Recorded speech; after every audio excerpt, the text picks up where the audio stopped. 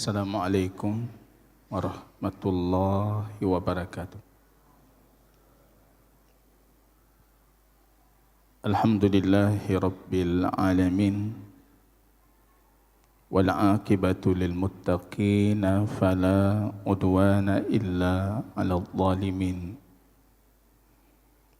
Asyhadu an la ilaha illallah wahdahu rabbi la syarika lahu wa asyhadu anna Muhammadan abduhu wa rasuluhu safiyuhu min khalqihi wa khaliluhu Muhammadin sallallahu alaihi wasallam wa ala alihi wa sahbihi ajma'in. Ikhwatal iman, a'azani Allah wa iyyakum jami'an. Puji dan syukur yang tiada henti kita panjatkan keharibaan Rabb kita Allah Jalla wa'ala atas segala hidayah, taufik dan inayah, rahmat dan kasih sayangnya Allah menjadikan kita mampu menunaikan faridah Allah salat maghrib berjamaah, duduk di rumah Allah, mengkaji ayat dan petunjuk dari sunnahnya baginda Rasul sallallahu alaihi wasallam, sampai tiba datangnya salat selanjutnya. Itu merupakan taufik pemeliharaan dari Allah yang sangat khusus di saat di luar sana banyak hamba yang Allah lalaikan, tapi Allah memilih kita di majlis. Semoga Allah memberkahi dan merahmati majlis ini. Kalau kata Imam Sahal At-Tustari rahimahullahu ta'ala, syukru al-ilmi al-amalu bihi. Cara kita mensyukuri ilmu itu dengan mengamalkan ilmu tersebut. Wa syukru al-amali ziyadatul ilmi.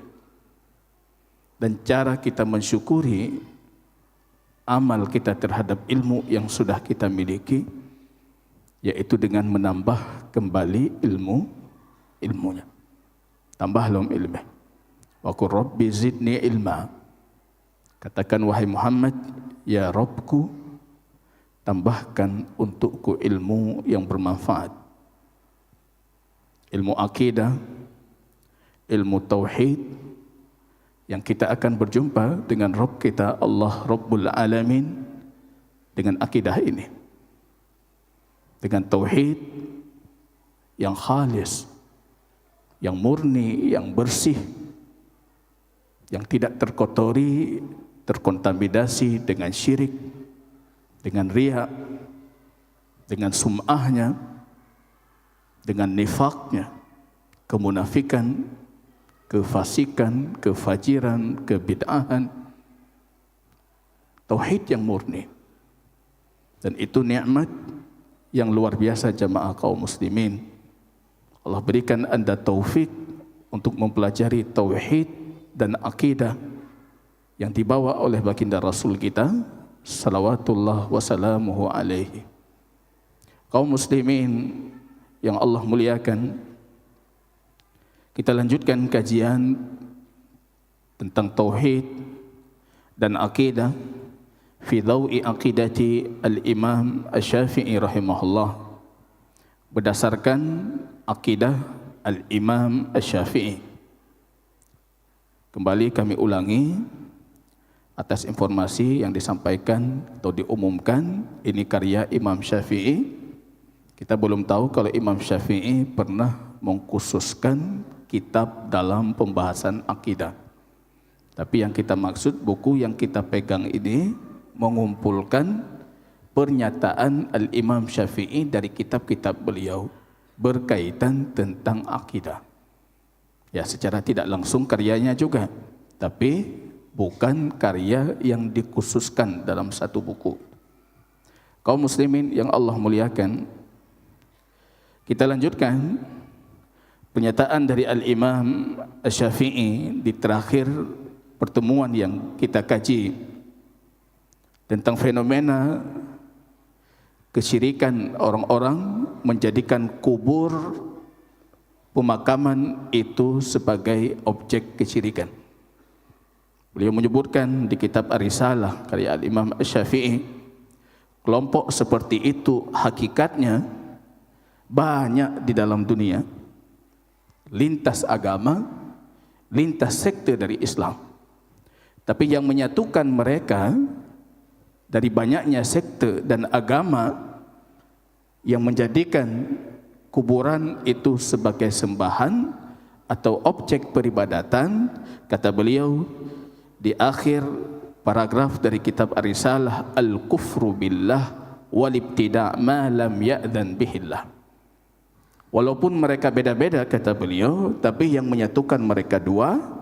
Yang pertama, kekufuran mereka terhadap Allah. Kemudian usaha mereka melakukan ibtida', kebid'ahan, perkara baru di dalam agama yang sama sekali tidak pernah diperintahkan oleh Allah. Jamaah kaum muslimin yang Allah muliakan, kita lanjutkan subtema selanjutnya, masih berkaitan tentang hukum seputar kuburan. Bab as-salatu indal quburi wa illam yabnil masjidah. Kalau kemarin kita membaca hadis laknatnya baginda Rasul, didoakan oleh Rasul dijauhkan dari kebaikan, dijauhkan dari kasih sayangnya Allah, laknat untuk mereka yang membangun kuburan di masjid atau menjadikan kuburan itu sebagai tempat peribadatan, masjidah. Kali ini kita mengkaji hukum yang lebih spesifik lagi, lebih detail lagi, yaitu berkaitan tentang salat di kuburan.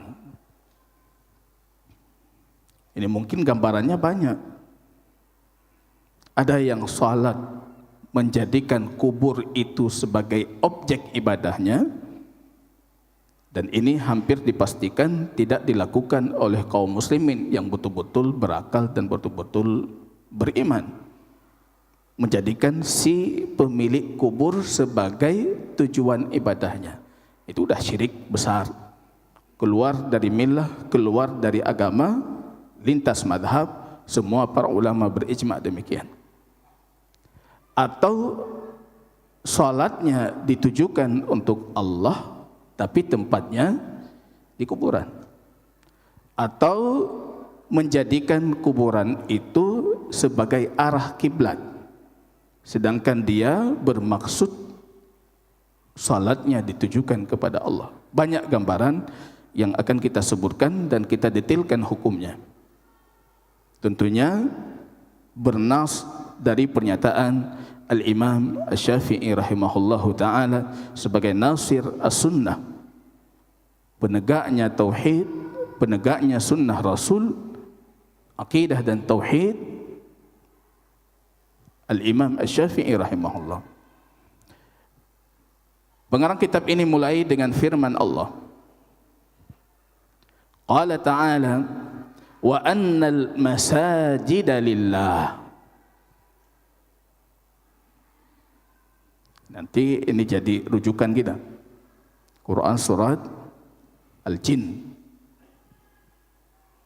Ahli tauhid ketika dia sedih dengan dakwahnya, ketika dia gundah dengan dakwahnya, coba kembali ke surah Al-Jin. Tasliyatun Nabi, hiburan baginda Rasul yang mendakwahkan tauhid. Anda bisa membayangkan pulang baginda Rasul dari Taif dalam kondisi pinggir jalan kiri kanan itu dikelilingi oleh anak kecil, wanita, orang-orang bodoh, orang-orang gila, melempar baginda Rasul sallallahu alaihi wasallam. Beliau cuma dibentengi oleh budaknya, maulanya Zaid ibnu Harisah. masih kecil, menutup badan Rasul, luka Rasul. Dakwah tauhid ya seperti itu. Pulang baginda Rasul sallallahu alaihi wasallam, dan disebutkan dalam riwayat itu salat maghrib di pinggiran memasuki kota Mekah. Beliau salat sendirinya. Beliau berfikir dakwah ini ya sudah selesai. Masuk ke Mekah tidak bisa, di luar Mekah tertolak. Rupanya dalam salatnya ada bangsa jin yang mengikuti salatnya baginda Rasul. Mendengar bacaan ayat yang dibacakan oleh baginda Rasul. Rupanya itu yang mereka cari, agama tauhid.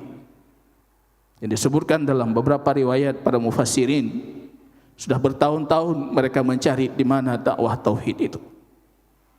Akhirnya mereka menemukan Muhammad sallallahu alaihi wasallam membacakan ayat-ayat itu yang diwahyukan Allah kepadanya. Yaitu dakwah tauhid. Jamaah kaum muslimin, apapun resiko, apapun ujian, bagaimanapun terjalnya jalan dakwah tauhid itu, ujungnya tetap taufik Allah dan kemenangan. Nanti dibukalah Madinah setelah peristiwa itu. Bagaimana kita melihat di Quran surat Al-Jin, antusiasnya bangsa jin dalam mendakwahkan tauhid. Padahal Nabi dikirim ke kita, Pak. Nabi bangsa tanya. Nabi dari jenis kita. Tapi antusias dakwah tauhid, kalau kita membaca di Quran surat Al-Jin, jauh kita dengan bangsa jin, Pak. Baca dan begah tauhid ke pengihuri. Wa annal masajida lillah. Itu beragam versinya. Ada yang mengatakan itu ucapan bangsa jin yang diulang kembali, diucapkan, difirmankan oleh Allah sebagai wahyu kepada baginda Rasulullah. Masjid itu rumah Allah. Masjid itu milik Allah. Ini paragraf kecil tapi banyak dari kita tidak paham. Yang masjid kamu, Pak. Yang masjid bajai merah, yang masjid bajai biru, masjidnya berwarna. Masjidnya untuk golongan tertentu. Ini paragraf dasar saja.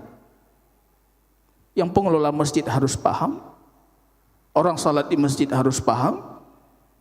Wa annal masajida lillah. Dikasih paham oleh bangsa jin. Ini rumah Allah. Jadikan selalu ini rumah Allah. Tidak masuk di sini kepentingan-kepentingan pribadi yang jauh dari nilai-nilai ketuhanan. Wa annal masajida lillah. Ini kita pelajari penafsiran para ulama. Apa yang dimaksud dengan masjid? Barangkali yang terlintas di kepala kita pasti rumah ibadah Muslim. Bangsa jin sebelumnya dia sudah melihat itu. Yahudi di tempat rumah ibadah yang mereka khususkan untuk Allah, justru mereka mensyirikkan Allah. Nasrani, di mana kita dapat Nasrani? Coba pergi ke tempat ibadahnya Nasrani. Rumah Allah bagi mereka. Tapi di dalamnya mereka mensyirikkan Allah. Rupanya bangsa jin baru mendapati yang benar-benar menjadikan rumah Allah itu lillah, untuk Allah, itu hanya dakwahnya baginda Rasulullah. Ini hati-hati kaum muslimin, jangan mengotori rumah Allah. Kalau kemarin kita menyebutkan Rasul melaknat mereka yang menjadikan di rumah Allah itu gambar-gambar yang berpotensi mengarah kaum muslimin kepada kesyirikan. Seperti syiriknya kaum Nabi Nuh yang kita sebutkan dalam riwayat Al-Imam Ibnu Abbas. Hanjitna ada lagi nyala rumah Allah. Rumah Allah dah lillah. Kalau sudah masuk rumah Allah lillah. Di dalam rumah Allah tidak ada sedikit apapun yang mengarah kepada kesyirikan kepada Allah. Ini pemahaman yang mungkin terlintas di kepala kita ketika membaca terjemahan dari ayat ini. Ada juga pandangan lainnya yang mengatakan wal masjid itu apapun lempengan bumi yang sah dijadikan sebagai tempat salat. Baginda Rasul dalam hadis menyebutkan semua bumi ini bisa kita jadikan sebagai masjid kecuali kamar mandi dengan kuburan, Pak. Kecuali kamar mandi dengan kuburan. Ilal hammam wal maqabir, kata Rasul. Ya, kuburan hanya pegat ke tempat ibadah. Hanya pegat ke tempat salat. Kecuali, kata Nabi, kamar mandi dan kuburan, Pak. Kadang-kala kita mengatakan jamaah, mustahil orang yang mengkhususkan salatnya di kuburan, dia mengatakan saya cuma sebatas salat saja di sini. Lain hanani tak pulung di mana. Kita tanya masjid nana aja. Golom. Kejit mulai hinur. Kenapa ketika kita salat di kuburan tangisan itu keluar, di masjid tidak? Berarti ada indikator tertentu yang mengarah kepada keyakinan dan keterikatan kita dengan kuburan, dan itu berbahaya. Nah, ini jamaah kaum muslimin. Kalau Imam Hasan Al-Basri menafsirkan masjid itu dengan anggota sujud. Umirtu an asjuda ala sab'ati a'dhum. Aku disuruh sujud atas 7 anggota. Dahi, Rasul mengatakan alal jabhati, dahi. Beliau tunjuknya ke hidung. Hidung itu masuk ke dahi. 2 telapak tangan, 2 lutut, 2 ujung kaki. Kalau penafsiran Hasan Al-Basri, anggota sujud ini jadikan lillah rabbil alamin. Ulainya ke Allah, Pak. Mohon maaf, otak ini untuk Allah Rabbul Alamin. Jangan justru otak ini kita manfaatkan untuk memaksiati Rabb kita, atau bahkan mensyirikkan Rabb kita. Produk otak kita lahir kesyirikan.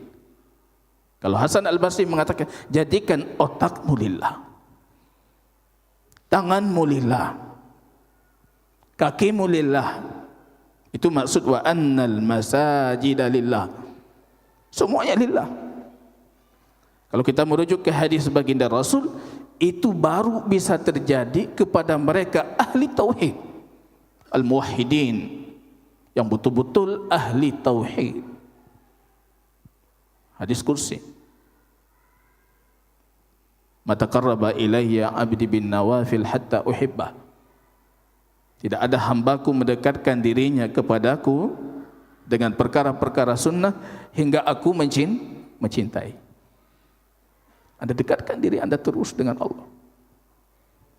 Itu buah dari tauhid, jemaah. Itu pengamalan terhadap tauhid, lahir kedekatan dengan Allah.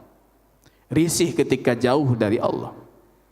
Makin dekat kita dengan Allah, Allah makin mencintai. Kuntu sam'ahu alladhi yasma'u bihi. Maka aku pendengaran yang dia dengar, aku mata yang dia lihat, aku mulut yang dia bicara, aku tangan yabtishu biha yang dia gunakan untuk aktivitasnya, aku kaki yang dia berjalan. Itu ahli tauhid. Wa annal masajida lillah. Penafsiran terakhir terhadap masajid, ya ini lumrah dalam bahasa Arab, itlaqul mahal wa yuradu bihi al-fi'l. tempat disebutkan, tapi maksudnya tindakan yang dilakukan di tempat itu. Maksud masjid yaitu salat. Jangan pernah jadikan salatmu kecuali hanya untuk Allah. Nah, ini ragam penafsiran. Kalau kaidah ilmu tafsir mengatakan hamlul lafzi, membawa lafaz Quran itu ke banyak penafsiran dan tidak bertentangan, tidak kontradiktif, maka membawa kepada beragam makna itu lebih utama dibandingkan memilih satu makna. Ya, jika tafsir limang boh tafsir, limang boh je. Dibandingkan kita menafsir cuma dengan satu penafsiran.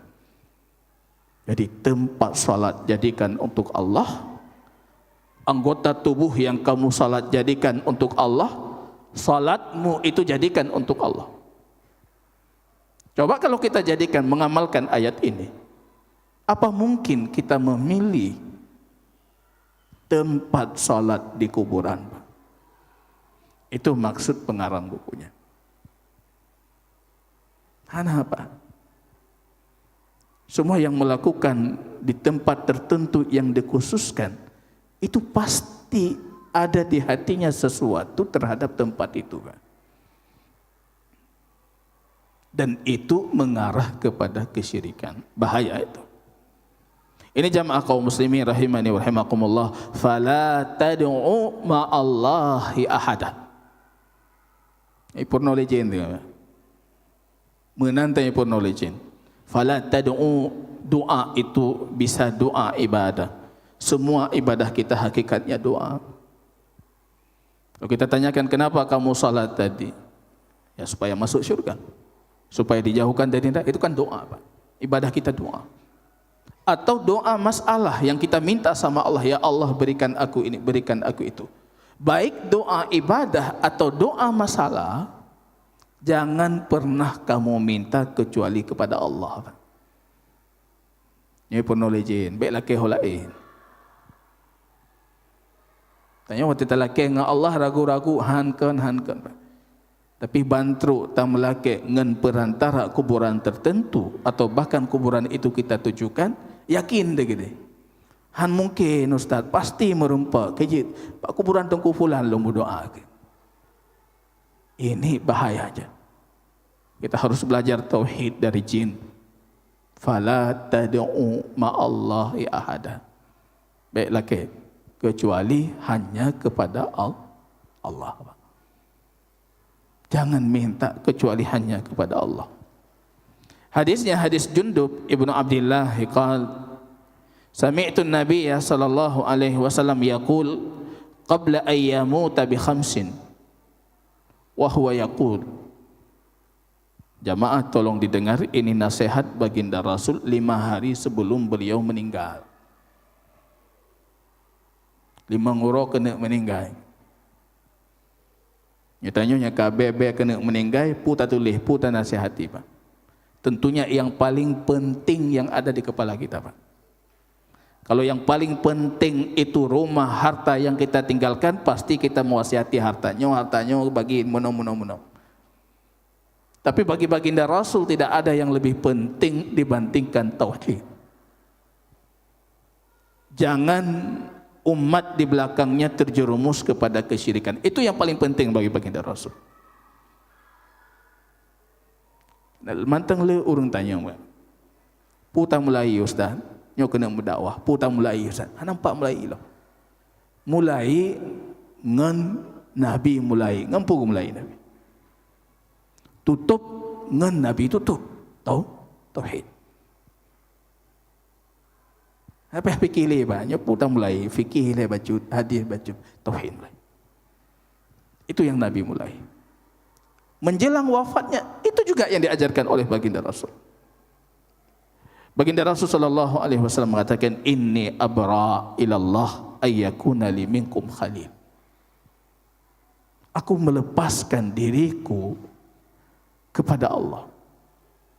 Melepas diri dari kalian untuk menjadikan salah satu dari kalian itu sebagai kekasihku. Nyampe harap menjadi kekasih Rasulullah, Rasul berlepas diri untuk itu. Yang pertama, memang kita tidak layak. Yang kedua, karena baginda Rasul itu yang ada di hatinya cuma Allah. Maka Rasul berlepas diri, enggak mau aku. Khalil itu level tertinggi dari cinta. Khullah. Di level cinta bahasa Arab itu sampai 40 sekian level cinta, Pak. 40 sekian level cinta. Tanya ngampur rumah, aku sayang kamu, aku cinta, aku rindu, uro keput kata wari pun tak kenal, Pak. Payah tahu ulang long, kau sakit telefon long. Dalam bahasa Arab, nama 40 limang buah, Pak. Maka nomor 2 bahasa Arab. Di bulan hampir kau kata untuk cinta. Level tertinggi dari cinta itu khullah. Ini harus dipahami jamaah. Khalil. Muhammad itu Khalilullah. Ibrahim Khalilullah. Zalim kita kalau kita mengatakan Ibrahim Khalilullah, Muhammad Habibullah. Tanya asal Ibrahim Khalilullah, Muhammad Habibullah. Anda merendahkan baginda Rasul. Setidaknya Rasulullah itu Khalilullah dan Ibrahim juga Khalilullah. Yang nepu lebih teh Nabi Ibrahim mana masalah, yang baik nepu kurang dari Nabi Ibrahim. Ini ibarah yang sering terucap pada khalayak umum di masyarakat kita.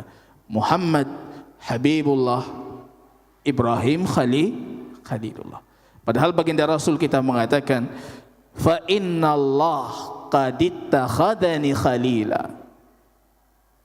Aku berlepas diri menjadikan salah satu dari kalian sebagai kekasihku karena Allah sudah menjadikan aku sebagai kekasih. Berarti ada sifat cinta yang namanya khullah bagi Allah. Yang sering kita dapati dalam Al-Quran, Allah mencintai orang bersabar, Allah mencintai orang berbuat baik, Allah mencintai orang mukmin. Itu sifat cinta, mahabbah. Allah punya itu. Lebih dari itu, Allah punya sifat namanya khullah, cinta yang sangat. Kalau secara nas itu hanya dikhususkan untuk Ibrahim dan baginda Rasulullah. Mai tanya buat sifat 20 ke kahana aju. Kenalan sifat 20 hana ruh yang khullah dengan mahabbah. Dan Rasul menetapkan itu. Allah menjadikanku sebagai kekasihnya. Khalilullah. Sifatnya khullah. Cinta yang murni, Pak. Yang ke level kita nyawa ya, Pak. Cinta enggak ada unsur apapun. Tanya tak mendakwah mantan tapi ke puntung long leh. Pur golong puntung long. Padahal dakwah, Pak. Tak dakwah tauhid lagi. Cinta yang murni itu tidak ada unsur. Yang ada cuma cinta saja kepada Allah.